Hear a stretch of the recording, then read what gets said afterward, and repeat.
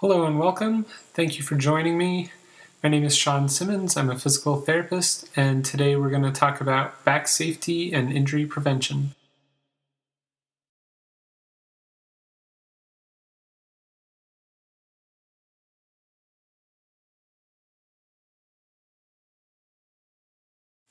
Before we get started, I would just like to point out that the state of North Carolina is a direct access state.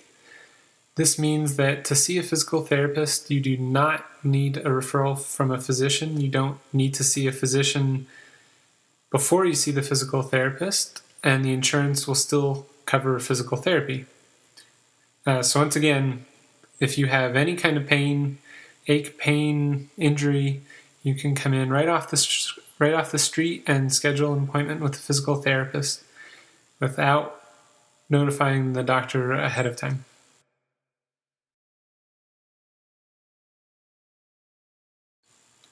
The objectives today are pretty simple. We'd like to identify risk factors for injury at home and on the job, teach you how to protect your back and what to look out for, and also to understand a little bit about how your back works and how you can do things to prevent injury.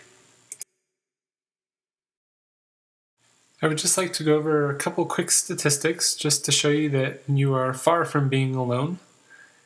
There are approximately 1.7 million work-related injuries per year, and about half of those are considered low back pain and 40% sprains and strains. Approximately $160 billion is spent annually on workman's comp claims, and statistically 8 out of 10 people will have low back pain in their lifetime. So it's 80% of all people at some point will complain about back pain. So it is extraordinarily common. So I'd like to very briefly go over some of the anatomy involved in your spine. So first we have the muscles and tendons. These are kind of the things that make everything move. So they can be injured by too much stress. Either you shorten them too far or you lengthen them way past the point where they like to be. This can be done during any number of activities: bending, reaching, lifting.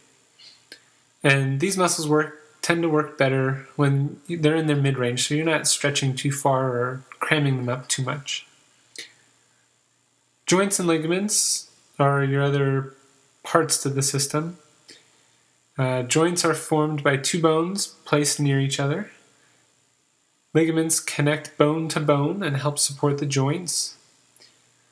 Any excessive stretching or lengthening can injure the ligaments.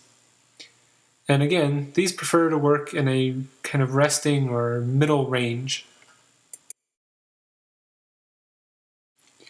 The next part here are the nerves and the discs, and these are important because these are generally what people blame their pain on. You'll hear a lot of people say, oh, I have a pinched nerve, or oh, my disc is ruptured or degenerated. Sometimes that's true, other times it's not.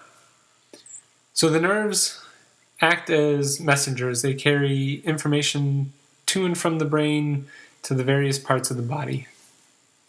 They can be injured by either squishing or compressing them or stretching them too far out. A lot of people have what they call disc problems, and this is essentially the cushion between the bones in your spine.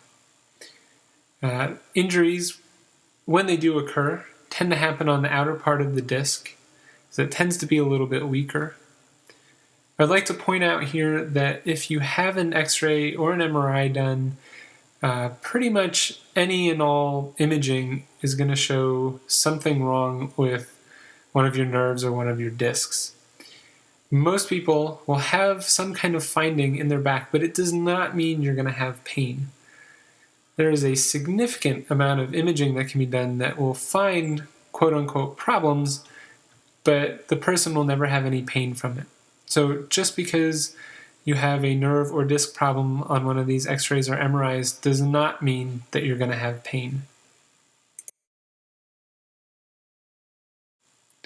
And the last part of our little anatomy talk is just showing you the vertebrae.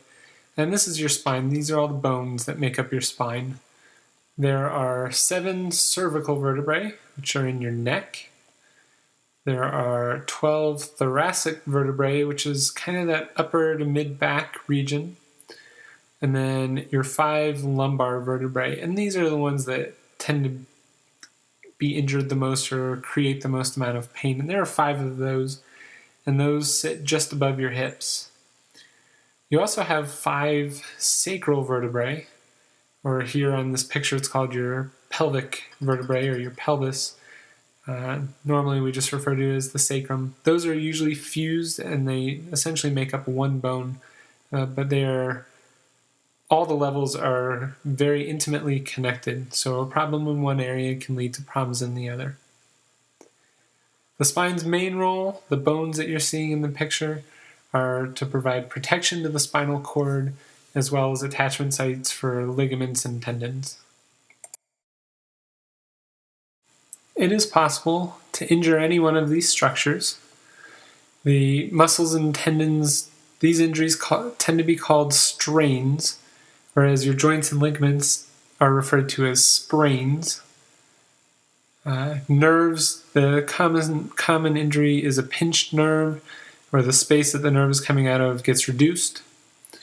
There are multiple ways to injure the disc, but one of the more common ways that you tend to hear of is called the herniation, and that's where some of the disc comes out of the space.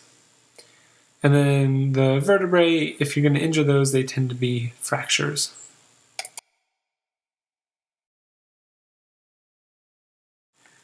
There are many causes and contributing factors to back injury, but these are the primary ones. Posture is a huge one. Anymore in today's society and workplace, people are sitting and sitting and sitting and sitting, usually hunched over a computer. This puts your spine in just an awful position and really can lead to problems down the road. You can also do things in sitting and sleeping that are harmful to your back, but the sitting posture is a huge component. So lifting. When you are a kid, you usually do this right. Your form's great. As we get older, we get lazier. And everyone wants to just use their back to hoist things off the ground. I know you've heard it a million times, but you gotta lift with your legs. Nutrition. People's nutrition seems to be getting worse and worse rather than better and better. Your body, the joints, the ligaments and tendons all need certain nutrients. So eating appropriate amounts of food and types of food is important to the health of your entire system. Stress can also lead to back pain. There are many studies that show that there's nothing wrong with your back, and when the stress, usually emotional stress, is alleviated, the back pain is as well. The other thing is general fitness, strength, flexibility, and endurance. It's important in your back, and it's important everywhere else in your body. How do we prevent back pain and back injuries? Again, this is a very long answer, or could be a very long answer, and we're just going to go over the short version today.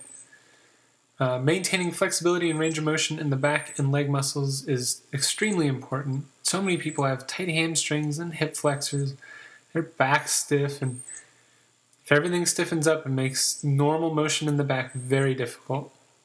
So doing occasional stretching, moving your back and your hips, a very good idea.